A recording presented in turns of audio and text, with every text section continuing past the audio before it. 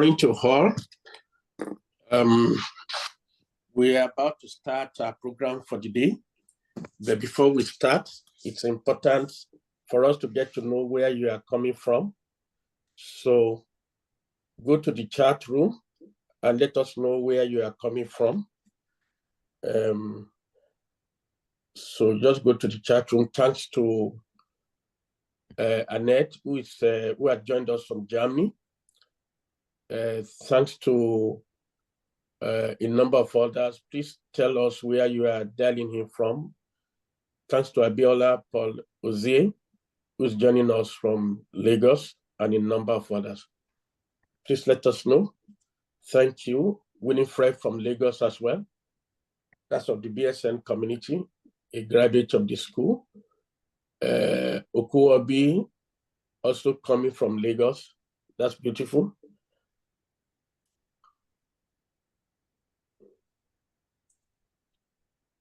So let's get to know where you are coming from. And then at about 2 minutes time, we will start. Thank you, Andre Klaassen from South Africa. Beautiful. And same for Joseph Guya from Uganda. Thanks for being here. Fantastic. Munia Jungarero from Namibia, welcome. Joseph Boyali from Uganda. Andre from South Africa. Dayo from Lagos. Kim from Abuja. Thank you. Oh, Pascal Ngalume from the Democratic Republic of Congo. Beautiful. Job from Rotterdam. Excellent.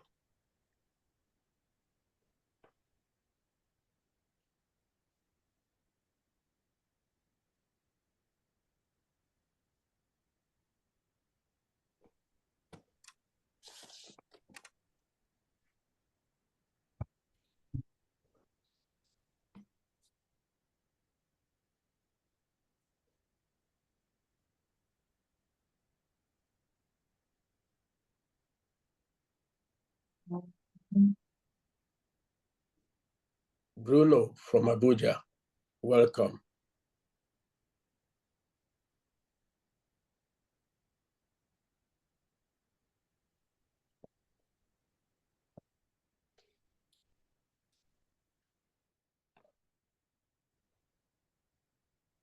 Niyi, are you back?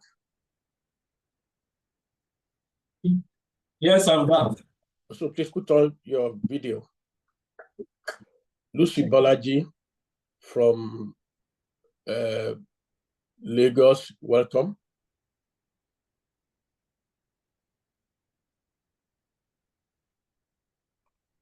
Fantastic. Okay. It's exactly 9:30 Amsterdam time, 8:30 Nigerian time, 9:30 South African time. Good morning to every one of you. We'll be starting this program. Today's, please can you put it back on slide 1, Solomon? Nii, put it on the first, thank you.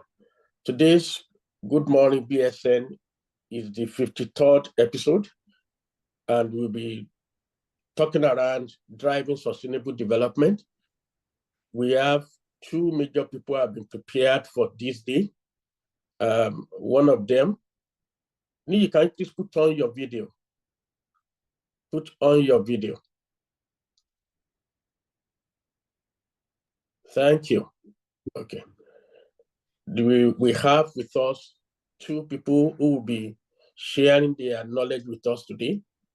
The main speaker is Mr. Solomon Adesubokan, who happens to be a senior innovation manager at Agri Grow Analytics and a leading expert in sustainable agri, with 14 years of experience specializing in circular agri-food system, as well as food security and value chain development. He actually leverages data-driven approaches to improve agri, livelihoods, and food security. is a very strong advocate of UN Sustainable Development Goals. He holds an MBA in food security, a degree in agricultural engineering, and several certifications in agri, circular economy, climate finance, and sustainable development. Ladies and gentlemen, let's welcome Niyi Solomon Adesubokan. You are welcome, Niyi. In addition to Niyi, we have with us today another important, Thank you very much, seasoned C-suite business leader who will be the reflector. Is a cultural architect, coach, digital transformation strategist, and consultant. He is a consumer behaviorist and a university lecturer with 30 years experience gained across various industries, covering retail, professional services and management consulting, financial services, and humanitarian sectors. He has had very beautiful record in continuing professional development, balanced by impactful aptitudes in entrepreneurship, innovation, and with very solid foundations in up-to-the-minute digital processes and tools required to fast-track sustainable value-based growth. He's also an expert in driving sustainable development. He has developed several multiple cost-effective landscape tech transformation programs. He has also succeeded in coaching and mentoring a number of strategic leaders in business management, as well as leadership and cultural transformation. He's been a senior counsel to 5 blue chip global corporations, and his competence in driving direct market share gain is complemented by proven tenacity in managing change and overcoming adversity with resilience. A major speaker and consultant, and his public profile includes being guest speaker at the virtual World Ophthalmology Conference in June this year. He completed a social science-oriented doctorate-focused degree in post-pandemic business recovery model. And today, in 2022, he has Majesty the Queen's Jubilee year being knighted. Ladies and gentlemen, George has been admitted as Freeman of the City of London through the Worship Company of Educators. Let's welcome Dr. George Woods, the Chief Commercial Officer of St. John Ambulance, London, UK. You are welcome. You're welcome. Thank you. As usual, we will start our presentation with the main speaker, starting off. We asked me to please roll out just in 15 minutes, not more than 15 minutes. Over to you, Niyi. And then that will be followed by reflection by Dr. George Woods. Thank you. Okay. Good morning, everybody. My name is Solomon, and thank you. Thank you all for coming here today. And I would just like to say, I express my sincere gratitude to the organizers and the incredible team here at Goodmorning BSN, and also to all our colleagues joining from across the world. Today, I'm going to be talking about responsible leadership. So, first of all, I would like to help us understand that responsible leadership is just a form of conscious leadership. Okay, it's a leadership that helps us to lead ourselves, helps us to lead our teams, helps us to collaborate better with other organizations, and also helps us to lead our organizations in the best possible way for innovation and also for growth. So, as we go, before I move into the definition or what responsible leadership is all about, I would like to engage you to ask this question of yourself. Every time you are in a position of leadership, I want you to ask yourself how well or how often do you evaluate yourself as you lead? How often or how well do you collaborate with others? Okay, having this question at the back of our mind will help us to be conscious even as we carry out each of our day's tasks. Okay, so what is responsible leadership? Responsible leadership, it's about striving to become a better person, making ethics,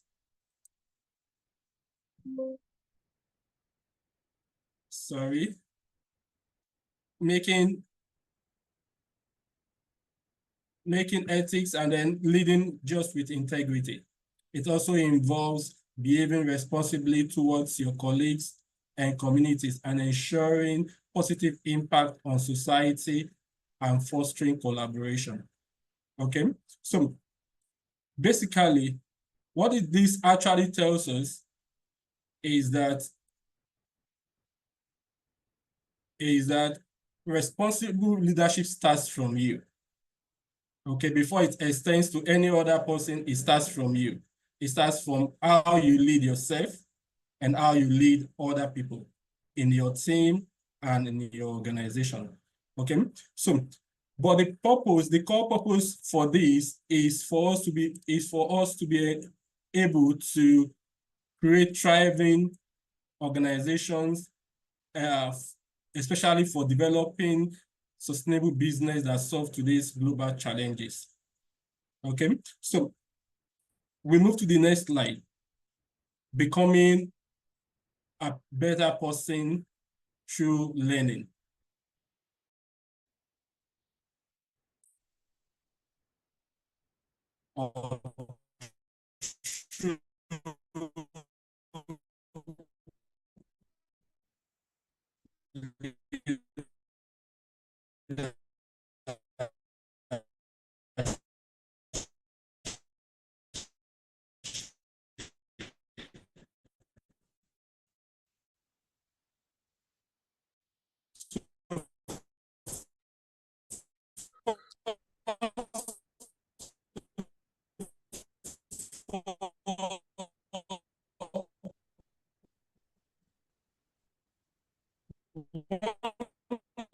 The first criteria we need to follow is by this process where we regularly I mentioned that emotion is also a part that a much more better responsibility that this can be done. Is that it helps us to build stronger relationship by understanding our teams. Okay, and basically it helps to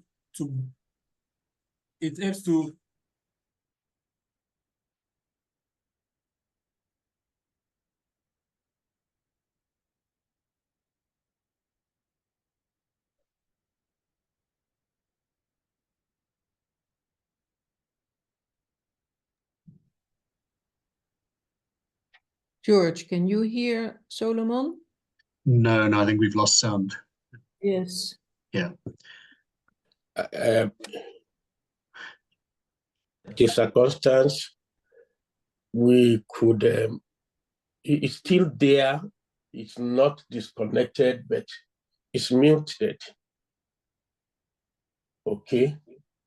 So maybe we could, Solomon, can you hear us? Because we are muted. And your video is off. Okay. On that note, we will spend more quality time on reflection. May I call on Dr. George Woods to start his reflection.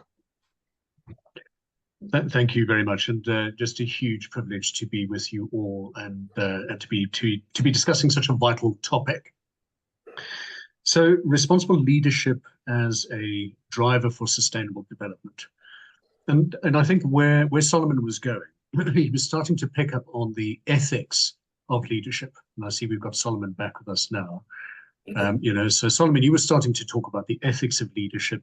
You were starting to draw on elements of emotional intelligence in leadership as well. And no leader today can lead without being conscious about the world in which we lead. and our social responsibility to the world in which we lead. And Solomon's topic around agriculture, such a vital topic. So I think you started to bring some of those key elements together. And Solomon, I mean, the thought that occurred to me is, as you were talking, leadership is about impact and legacy. And if we reflect on our role as leaders, what would we want people to say about us, particularly in the context of responsible leadership? What kind of legacy and impact are we leaving behind? And you started to draw some of those elements out, and I thought that was quite powerful. It also got me thinking, as we were reflecting, that reflective leadership, responsible leadership, is leadership that continues to reflect on its actions. In other words, stop, reflect, learn, and act.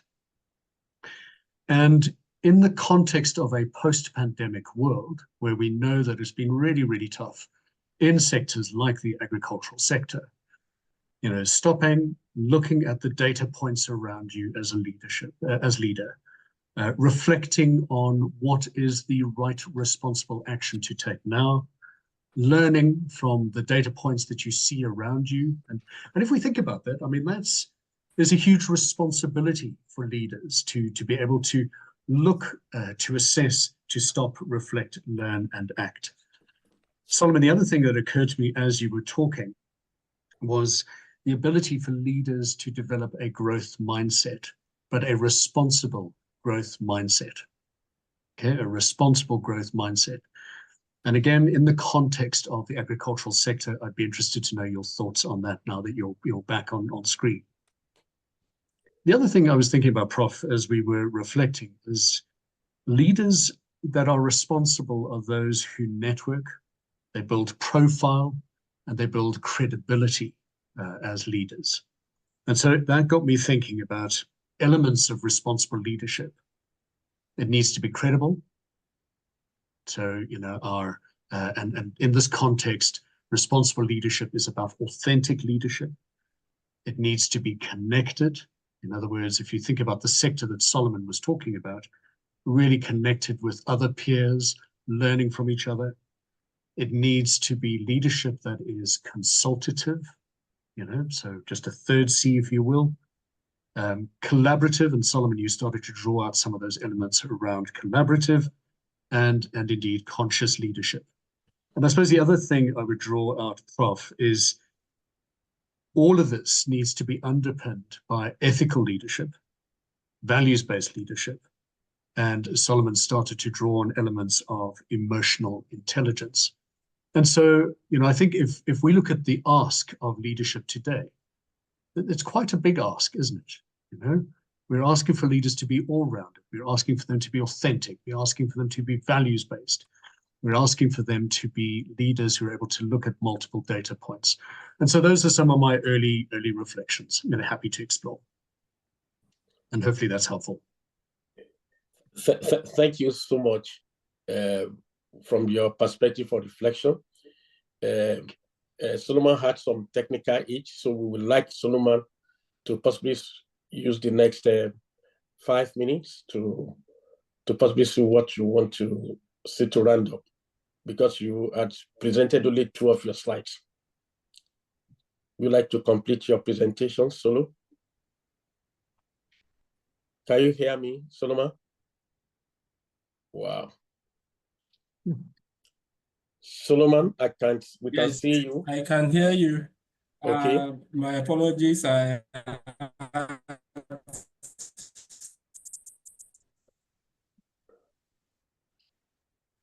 It's a technical hitch, so that's the unpredictability of technology at times. So it's not your fault. Yes. Yeah.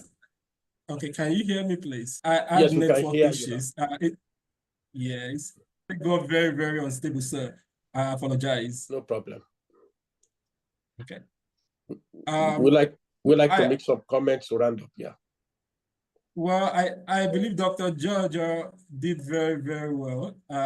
Thank you very much, Dr. George, for taking my place. I really, really do appreciate. Well, final points I would just like to point on is just bringing back the consciousness of leadership to every one of us, to understand that leadership actually starts from us. Leadership is not about leading other people, basically, but fundamentally it starts from us. It starts from this consciousness that we have to lead ourselves daily, and also to lead our organization, our team, so that this attitude can foster innovation, growth for everybody, even for our organization, and even for our partners as well. So I also believe that Dr. George actually did a good job.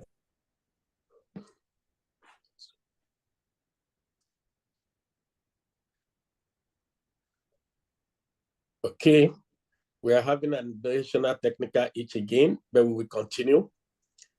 I must thank Nii for very beautiful presentation. I must also thank Dr. George Woods, who is also coordinating us globally for the alumni, and who had been very instrumental to making sure that the BSN community remains one globally. We would like to remind ourselves that during their presentation, they did cover basically responsible leadership. And while we are reviewing this, in the next few minutes, please go to the chat room, put your question, or the Q&A, and please put your questions, which we will present to them. They shared some points on that we are in an increasingly complex world that is filled with diversity, volatility, world of uncertainty, world filled with chaos, ambiguity, risk, diversity. And in the midst of this, there's need for sustainability. And they did spoke about the need for us to be able to act with integrity, accountability, and responsible leadership being the fourth pillar of leadership that BSN had been actively promoting as part of great leadership globally. So they spoke briefly about ethics and integrity, which is the core of responsible leadership, which is we are supposed to be guided by moral principles, that our decisions align with the values of honesty, fairness, and transparency. Leadership is about achieving results, and responsible leaders also resist the temptation to compromise their values for short-term gains instead of focusing on building trust and credibility. Responsible leadership is also about inclusiveness of various stakeholders, and sustainable responsible leadership requires broader perspective, which we consider the well-being of all stakeholders. The responsible leaders find a way to engage with diverse stakeholders to manage diversity, including employees, community, environment. They recognize that business and organization are part of the longer ecosystem. They also covered the fact that responsible leaders also prioritize the issue of sustainability, where we make decisions that reduce environmental impact, promote social equity, and ensure the long-term viability of organization by balancing profitability with ethical responsibility, and we create value for our organization. So responsible leaders, rather than agonize on things that is in the environment, they actually organize themselves and they take initiative to lead. So instead of complaining about disruptions in the environment, they actually provide direction. Instead of them complaining about volatility, responsible leaders provide vision. Instead of complaining about uncertainty, they provide understanding to the various stakeholders. Instead of complaining about chaos, complex chaos, they provide clarity. Instead of focusing on ambiguity, they actually lead with agility. Responsible leaders, rather than focus on risks and emphasize risk, they actually provide solutions with resilience to manage the risk. And instead of running away from diversity, they actually see diversity as a very positive thing to promote, because in diversity, you see innovation. You see various forms of ideas, various perspectives within which you can bring out the very best from everybody. And so responsible leaders are calm in the midst of a fragile environment. They drive the process with agility. On that note, we would like to quickly go into the questions that have been raised. So, and the first questions have been, let's take the first question to Solomon. Can you recall a situation in which you were building trust with people in your organization, and how did you go about it? Nii. You have to unmute, Nii. Okay, unfortunately, so Dr. Woods, would you like to step in? Can you recall a situation in which you were building trust with people in your organization, and how did you go about it? Yeah, since building trust is an integral part of responsible leadership. Absolutely. Yeah. And I think it's a great question. So, building trust begins with an organization culture that is open, honest, reflective. It's also about building a culture of organizations where it is safe to make mistakes, to learn from those mistakes, to reflect. So I think if in all things underpinned by ethics, values, and authenticity. Authenticity, Prof, is a much used word in leadership. But if we think about authenticity, it is about leading with intent, leading in a way that says, I don't have all the answers, but collectively we can derive those answers. Or indeed the principles of our own business school, action learning. Action learning is about saying, I don't actually have the answer, but what if we collectively derive the answer together? I think you build trust that way, Prof. And Solomon, I don't know what your thoughts are, but I think that's how one goes about it. Fantastic.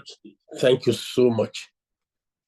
There's another question from Mustafa Matayo. He said last week's session, we dealt with ethical leadership, and today's session is on responsible leadership. He would like to know if there are conceptual differences between ethical leadership and responsible leadership, and what are these differences?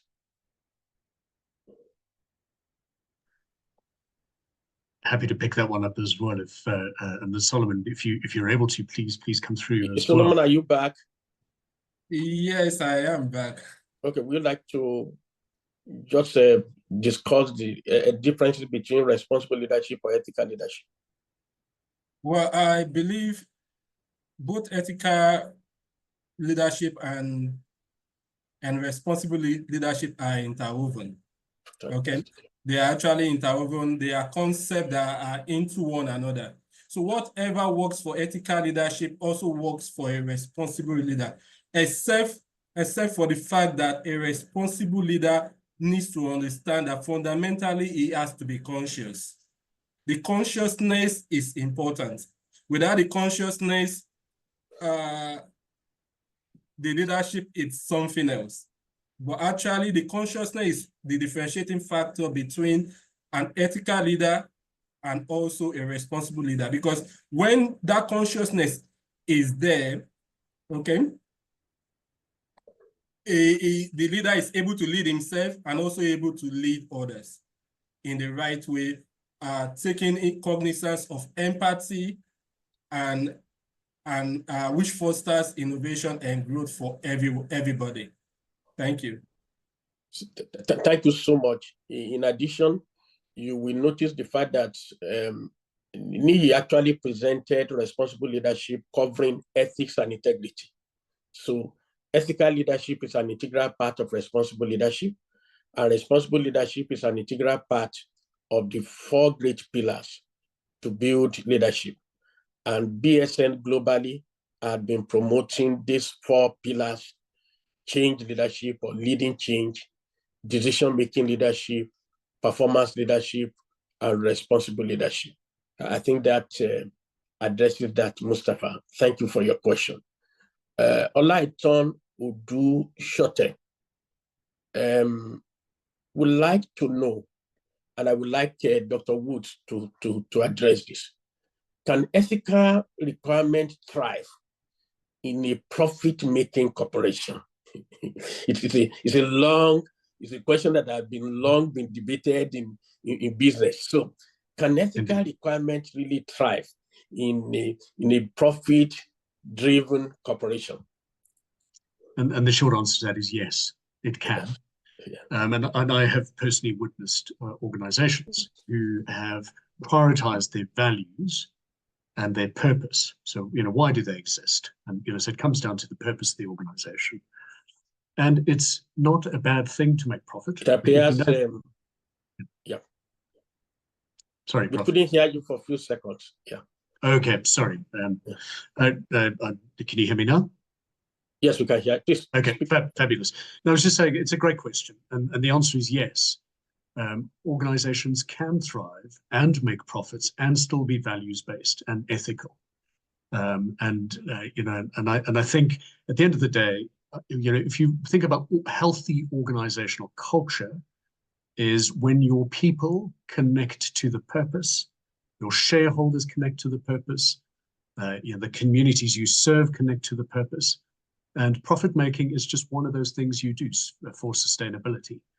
I think the question, Prof, possibly is what is healthy profit versus unhealthy profit, and how does that link back to the purpose of the organization? That's great. Thank you so much, Dr. Woods, for that beautiful answer. We would like to ask Solomon, how will you relate to responsible leadership? How will you relate responsible leadership to agriculture, particularly in Africa, that is constantly facing diverse challenges across its individual states? Okay, it appears, Solomon, are you with us? Can you unmute?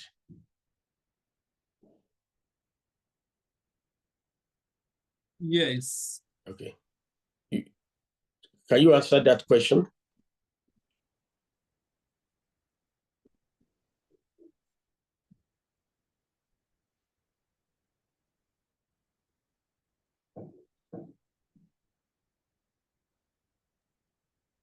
Please, repeat the question, please. You want me to repeat I actually the question? did went out. Could you repeat the question, please? Okay. How Yes, will sir. you relate responsible leadership to agriculture, particularly in Africa, that is constantly facing diverse challenges across its individual states? Okay. Okay, thank you. So, first of all, we need to understand that in Africa, we have a debt for responsible leadership. We have a debt for responsible leadership. However, responsible leadership is all about looking for problems, understanding what the problem is, and then finding solutions that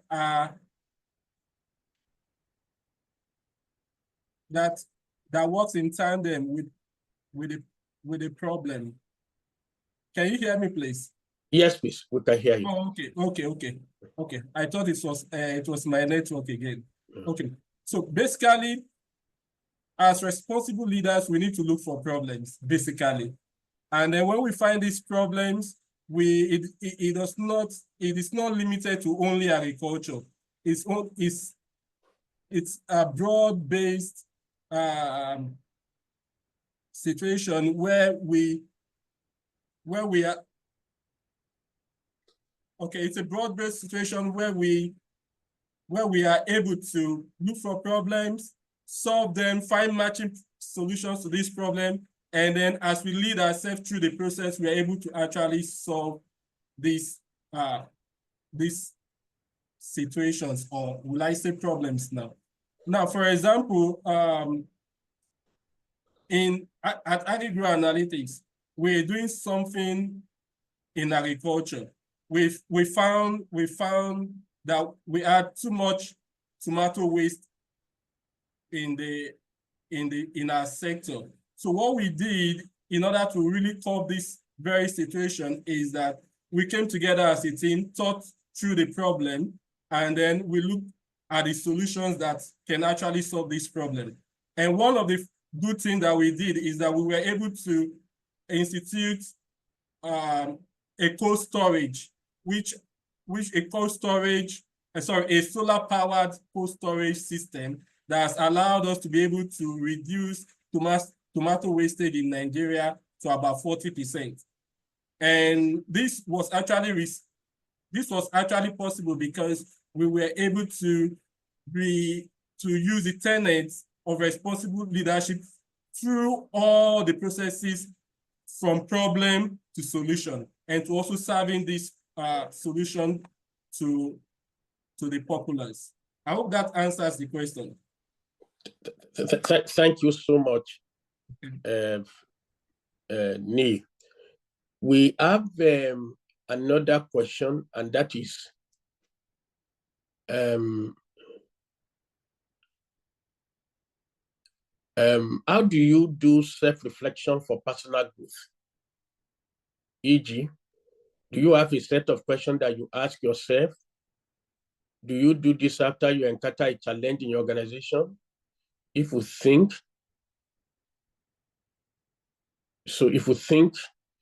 you should have handled better, do you end up apologizing, or do you just correct yourself in future things? What should you do?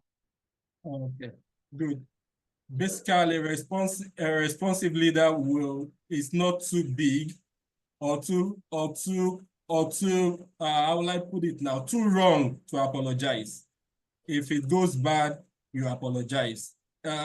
Responsible leadership is all about carrying yourself and carrying everybody that follows you. It's all about trust. It's all about empathy, and it's all about collaboration. It does not matter whether they are your peers, or they are lower than you, or they are higher than you. It's all about building trust, building empathy, and ensuring inclusiveness for everybody. And that's what a responsible leader will do. So you're not too big to apologize, even when you are wrong. For example, today, I'm having a very heavy downpour today, and I'm having serious technical issues that I did not plan for. And I'm taking this moment to really apologize to everybody.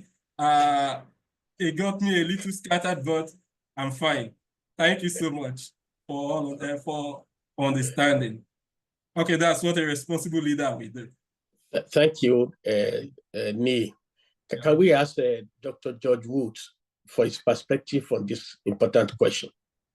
Indeed, and I think Solomon answered it beautifully. And you know, while he was talking, I was thinking about a responsible leader is someone who self-reflects, reflects on their actions, always reflects on how your words will land. In other words, is it kind? Is it necessary? Is it true? And a responsible leader will think about those things. A responsible leader takes accountability for personal growth. And in other words, every day is a school day, not so. So every day we're learning, and a responsible leader understands that. A responsible leader also asks for help. And I think that's where coaching comes into play here as well. And you know, you may recall some time ago we did a reflection on leadership and the shadow self. And so there's this idea of shadow boxing. In other words, learning about yourself, understanding why you respond the way you do, what triggers you. Again, is it necessary? Is it kind? Is it true? And so that's what responsible leaders do. So Solomon, you know, hopefully that's a helpful build on what you said quite beautifully there. Thank you, Dr. Woods. Before you go, can we know your perspectives on how to build trust practically with responsible leadership? How do we build trust? And I think it starts, Prof, with and we started to allude to this, and I think Solomon drew it out in his presentation as well, authenticity. So authentic leaders are those who gather people around them, collectively solve a problem, collaborate. Solomon, you used the words "isn't too big," isn't too reflective on the ego self, is humble enough to understand that we don't have all the answers, but collectively we can derive those answers. And I think trust comes from a place where if you're authentic, people know it. If you're trying to fake authenticity, people know it. And maybe one final reflection, if I may. If you were able to hear what your teams say about you without them knowing that you were present, what would they say? And maybe it goes back to the really sort of upfront comment around legacy is impact, and what kind of legacy are you leaving behind as a leader? Were you a responsible leader or were you irresponsible? That's great. I think from today's presentation, from both Solomon Adesubokan, as well as from Dr. George Woods, and major questions and contributions from the audience, we have been able to see that responsible leadership ensures that leaders act with integrity, they act with accountability, they create value for all stakeholders, no matter the diversity, and they're able to promote long-term sustainability. This certainly aligns with the concept of great leadership that BSN Good Morning program had been able to promote. We have also been able to ensure in the last 52 episodes, this is the 53rd episode, to promote the 4 pillars of great leadership, which have been the major things we've anchored over the last 53 episodes. And we believe that next week we'll be talking around creating a trust-based team. We expect you to please be available. I think normal timing as well. Yes, normal timing. We've not changed time.